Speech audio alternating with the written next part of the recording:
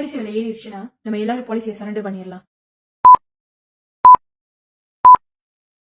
அனைவருக்கும் வணக்கம். Okay, policy விலை ஏறிடுச்சுன்னா பாலிசியை சரண்டர் பண்றதுதான் ஒரே ஆப்ஷனா? ஆக்சுவலி மலேசியால இருக்கிற இன்சூரன்ஸ் கம்பெனி எல்லாமே உங்களுக்கு பல ஆப்ஷன்ஸ் வெளியாக்கி இருக்காங்க. ஆப்ஷன் நம்பர் 1, நம்மளுடைய மெடிக்கல் பாலிசியில வச்சிருக்கிற ரைடர்ஸ் டவுன் ரேட் பண்ணிக்கலாம். ஃபார் எக்ஸாம்பிள், ரூம் அண்ட் பாட் 400 ரிங்கெட்டோட வச்சிருக்கோம், அதை நம்ம 100 ரிங்கெட்டுக்கு மாத்திக்க முடியும். ஆப்ஷன் நம்பர் 2, நம்மளுடைய மெடிக்கல் பாலிசியில இருக்கிற சில ரைடர்ஸை கேன்சல் பண்ணிக்கலாம். For example, MC, hospital benefit, critical illness மற்றும் பல பெனிஃபிட்ஸையும் நம்ம கேன்சல் பண்ணிக்க முடியும். ஆப்ஷன் நம்பர் 3, நம்ம இப்ப வச்சிருக்கிற மாதிரி ஒரு புது மெடிக்கல் கட்டு ரொம்ப விலை குறைவா நம்ம எடுத்துக்க முடியும். ஆனா இதுக்கு சில விதிமுறைகள் இருக்கு. ஆப்ஷன் நம்பர் 4, நம்மளுடைய மெடிக்கல் கட்டுல இருக்கிற சில ரைடர்ஸ் உடைய கவரேஜ் டேர்ம்ஸ் நம்ம குறைச்சிக்க முடியும்.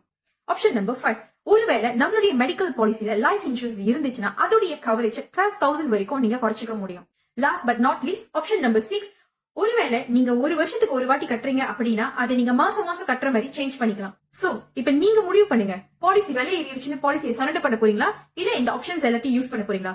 The choice is yours. நன்றி, வணக்கம்.